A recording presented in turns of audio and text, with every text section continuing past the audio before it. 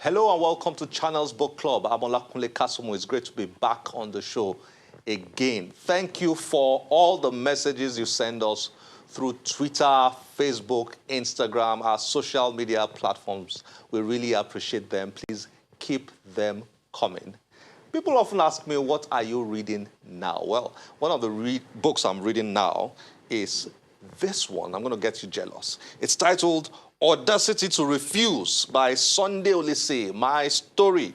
Now, remember Sunday Oliseh. If you're a football fan, you will know that Sunday Oliseh is a legend of Nigerian football. Remember that goal he scored against Spain at the 1998 World Cup? That blast, that's a right foot that sent the ball flying past. I think his name was Andoni Zubizarreta, the great Spanish goalkeeper. I remember that goal. It was incredible. Now, Sunday Oliseh has written his autobiography. And for many, many years, I've been wondering why don't our Nigerian sports stars write their stories? Why are they not publishing their autobiographies and their memoirs? So I was excited when Sunday Oliseh eventually wrote his own autobiography, and it is such an engaging read. This book is, especially if you enjoy football. From how he started his career as a boy, had a dream to go into football, and his first stint in Belgium, facing racism, and the African Cup of Nations that they won in 1994, and the 1994 World Cup in the USA, the 1996 Olympics at Atlanta, and a whole lot of things. A lot of behind the curtain things here in this book. So I've been thoroughly enjoying reading the book. Now, let me read a bit of this. I'll read from page 2. Just listen very carefully. It has lots of interesting lessons here. Entertainment for my siblings. This is Sunday Oliseh. Entertainment for my siblings and I was mostly non-existent. See, he grew up in a very poor family. We did not own a television set, and thus had to settle with the cheapest sport in Africa at the time, football. No TV, so they played football. One lone, worn-out football often kept more than 22 kids in the neighborhood engaged and entertained. Football, I developed immediate passion for the sport and the innumerable sanctions it earned me from my parents. My father forbade it. Classical story. Now, he believed, and rightfully so back then, that only school dropouts and good-for-nothing people played football. In my father's words, do you know of one educated Nigerian man who is making a living and has a future as a professional footballer? A question that has been knocked down by generations of great players now. No Nigerian parent will dare ask that question today. Football is now very big. Back in Oliseh's days, it wasn't that. Of course, Nigeria had great players, but they were not earning as much as footballers earn these days. Nowadays, you hear footballers earning £100,000 a week, £150,000 a week, £200,000 a week, £300,000 a week. It's incredible. Matters, however, were thankfully aided by school. Now, this is one of the things I found interesting in Oliseh's book. Oliseh loved to read. He really loved to read. Even as a footballer, when he was in camp at the African Cup of Nations, his roommate was JJ, the great JJ Okocha. He wrote here that he used to enjoy staying back in his room reading, while JJ enjoyed to go out and just have some fun. Matters however, were thankfully aided by school. I excelled in my studies relatively effortlessly, to the point of being either the best or second best in my class. I was a smart kid. I was named captain of every football class team I played at school. This was coupled with responsibilities that made me feel I had earned the right to play football. I strongly believed that I could succeed with football and at the same time become a certified accountant like my father. His father was an accountant, and he wanted to he didn't just want to play football, he also wanted to become an accountant. He wanted to get education while also playing football. 1980 was Nigeria's only golden year since creation. Two Nigerian soccer stars, nicknamed the mathematical Segun Odegbami and Chief Justice Adokie Amiesemaka, gave credibility to my dream. They were university graduates in engineering and law and had also won the 1980 African Nations Cup for Nigeria. If you remember that 1980 African Nations Cup, Segun Odegbami used to play on the right, Adokie play on the left. They were great dribblers, brilliant players. But, Segun was educated. Adokie was also educated. Later became a Chief Justice in Nigeria. Segun Odegbami today is known as a very successful journalist and all sorts of things, including owning and running a school. I had an overwhelming awareness of what I wanted to do professionally the most, but how to make it come true practically eluded me completely. One blessed day, my favorite uncle, the late Anthony Oliseh, who later died by drowning at Badagry Beach in Lagos, came home with video cassettes of the legendary Michael Jackson called The Making of Michael Jackson's Thriller, and with a Michael Jackson documentary. That's the uncle came. And all of a sudden, the solution on how to achieve my goals became crystal clear to me. I discovered the extraordinary might and importance of human willpower, dedication, hard work, meticulousness, divergence, beliefs, the sheer refusal to accept limitations, and above all, God's blessings. To succeed, I needed to apply these ethics to my life's game plan. Wow, and on and on and on it goes. It's really interesting, the way Michael Jackson inspired him, to become a great footballer, to become successful as a footballer and all that. So it's quite a read. It's bulky though, about 348 pages, but it's a page turner. You're not going to drop this until you are done. It's really, really interesting. Fortunately, Sunday Oliseh will be joining us on this show. He's giving his word. He'll be joining us on this show very soon. So you might want to look out for that. So this is one of the books I'm reading now. I'm reading two books. The other one is titled Formation, The Making of Nigeria from Jihad to Amalgamation. That is also quite a read, but I'll talk about that some other time.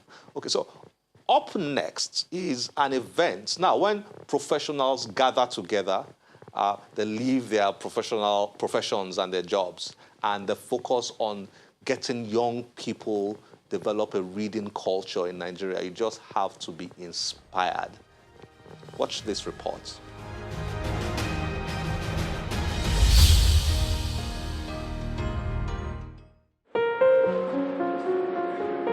Readathon, Gift a Child a Book. This is an initiative of the South-South Professional Women Association. Students in all the 6 states of the region are gifted books from book banks.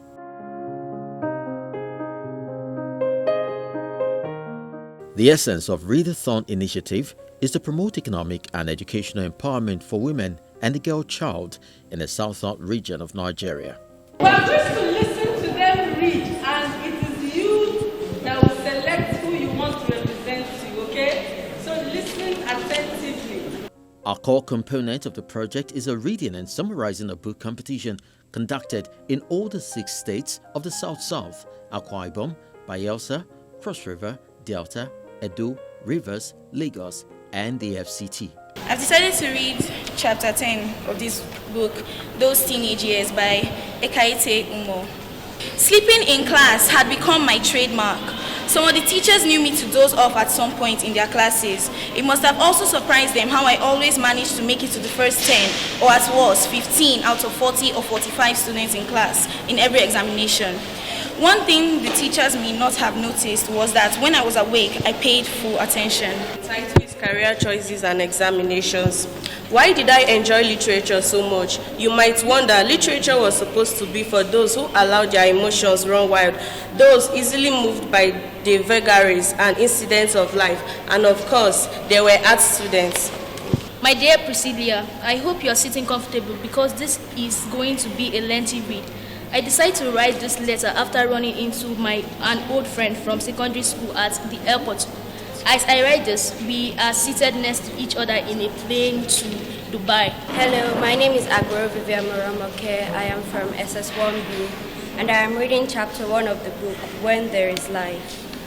She was too stunned to cry. It all felt like a dream, a nightmare that she hoped she would eventually wake up from, screaming with Walu comforting her and gently rocking her back to sleep. Oh, how she wished it were only a nightmare. But she knew it was no nightmare, but downright reality. In this maiden edition, 2 schools in Abuja, Government Secondary School Chudunwada, Wuse Zone 4, and Government Secondary School Area 10 Gariki in Abuja, respectively, participated in the grand finale of the project. It's a laudable program, and that's why the board had to give the approval for them to come, trying to revive the dying culture of reading. If you agree with me, the social media has taken away the zest of the students from reading. And so bringing back this reading culture is something that is quite laudable and a welcome development. That's why the approval was given. So we are very grateful to the South-South Professional Women Association for thinking it wise to come to FCT and revive this reading culture. We are employing not just the women, other youths to be among this association. I, from her one hand, came in as the youth leader, and I want to use this avenue, to talk to the youths, because our mothers, they're growing, they're leaving. We have to take up. We have to take over this. When they're not there, the idea is for us to take over.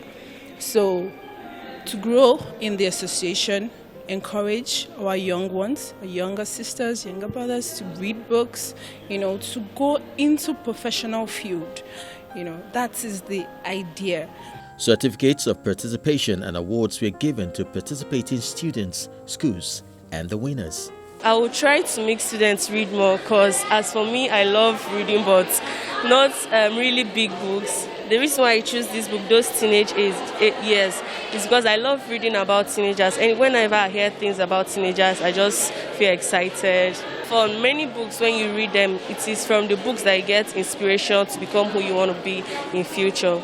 I would love to talk to young girls out there to tell them that they shouldn't be scared because of their gender, and they shouldn't let their gender deprive them of their rights, and they can be whatsoever they want to be. It doesn't matter if they are female. Try as much as possible to develop a good reading habit, because you need to read to pass your exams and other things in life, and reading is really, really fun. So they really need to develop a good reading habit to get high in life. It's a day we'd like to encourage the girl children to be more serious about reading, because we want to let them know that they have the potential to be leaders.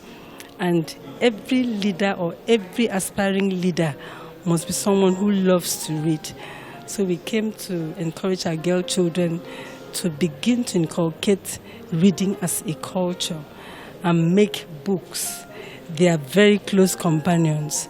We know that with all the electronic devices of phones, of tablets, our children are a little bit more, attracted to those electronic devices. But books are still very important. So we came to draw the attention of the society again to the fact that books are still very important for children. We found out that the country seems to neglect the girl child, and we took it up on our own that we needed to project them forward, push them forward. Those of us who are women, look at us today, we're all professionals.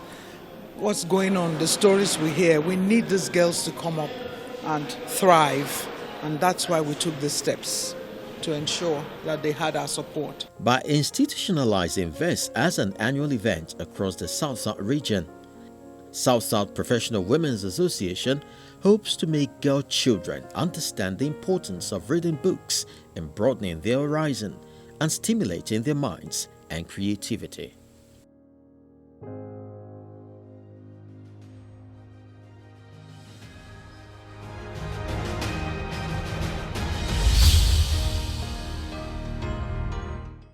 very inspiring. I just wish more professionals in Nigeria can focus on helping us developing a literacy rate and people developing a reading culture in Nigeria. It will really go a long way in helping not just young people, but the country as a whole. Right now, this is a book written by a professional. Now, talk about packaging a book. Now, this is a book.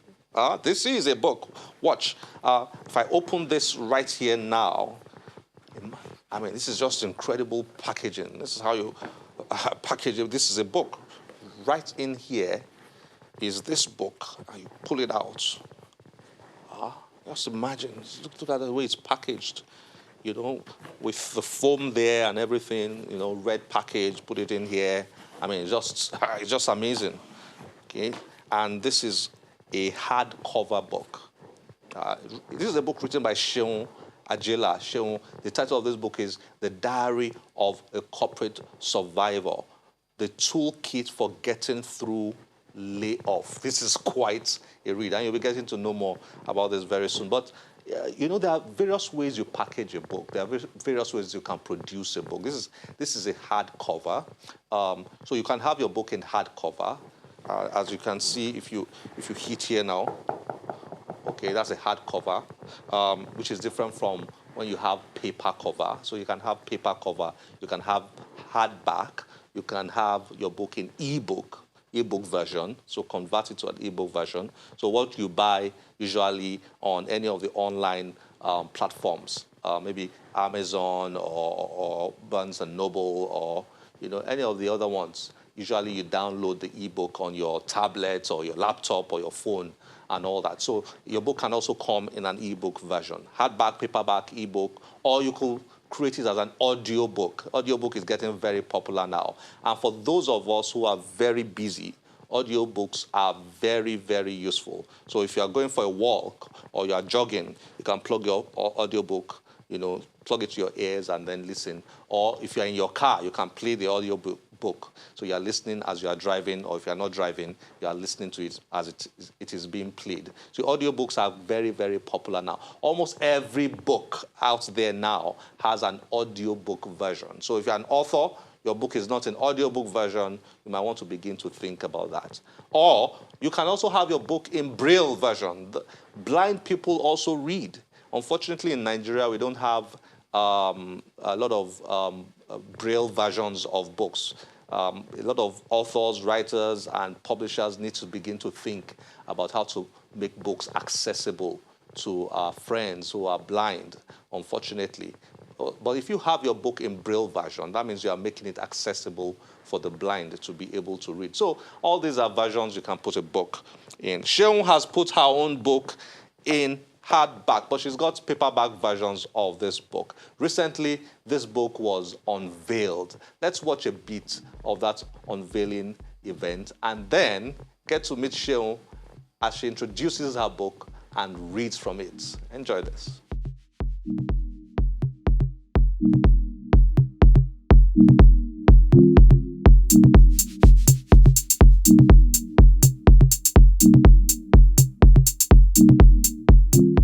Diary of a Corporate Survivor is much more than the literal meaning of its title.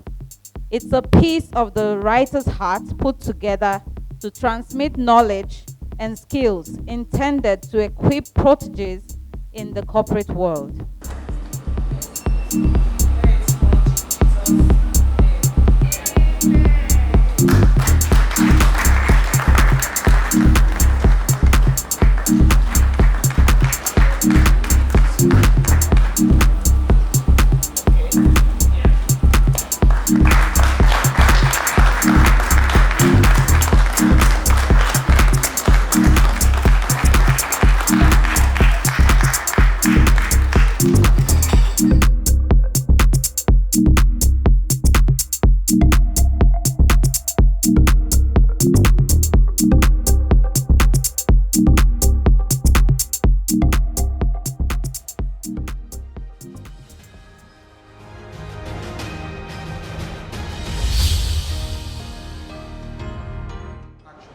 My name is Seun Ajela, author of the book titled The Diary of a Corporate Survivor.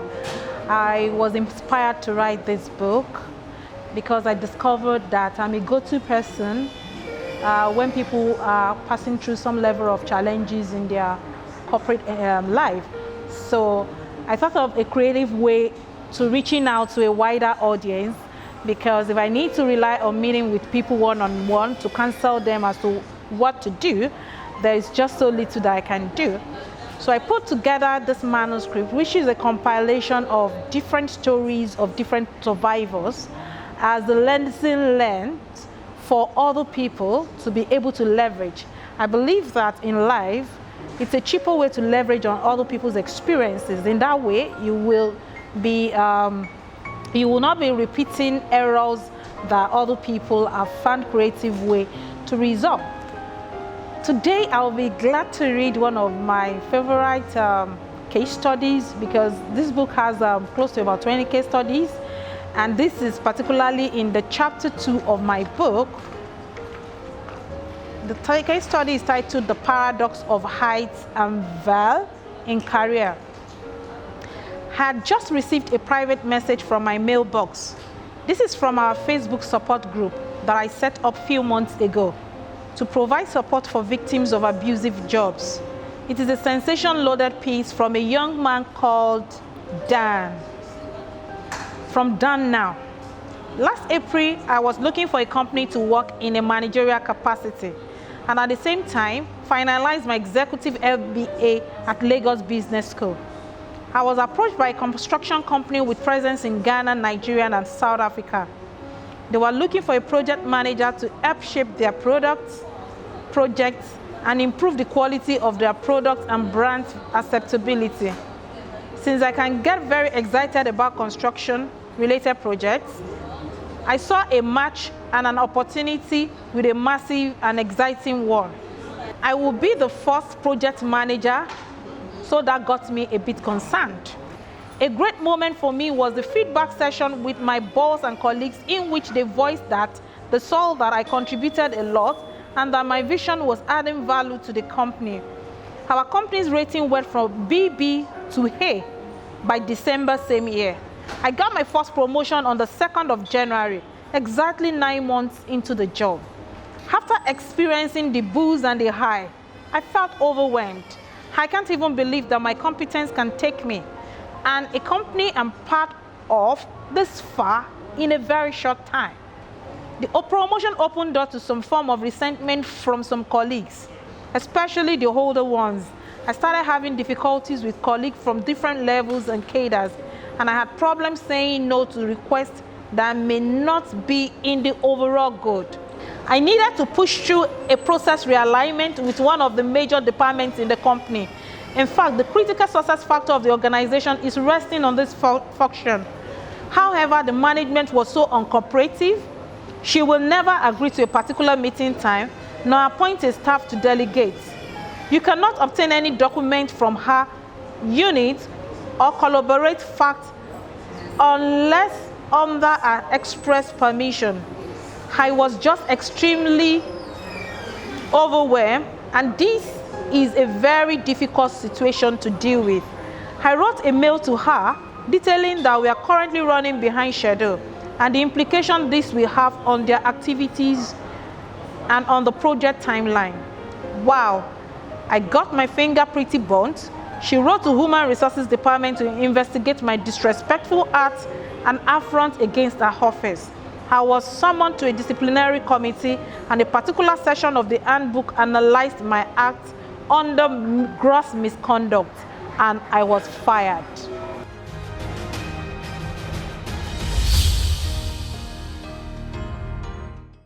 And this is where we draw the curtains today. As always, we'll be delighted to get your feedback through any of our social media platforms displayed on your screen. I'm Olakunle Kasumo. Remember, one great book can change your life. Bye-bye.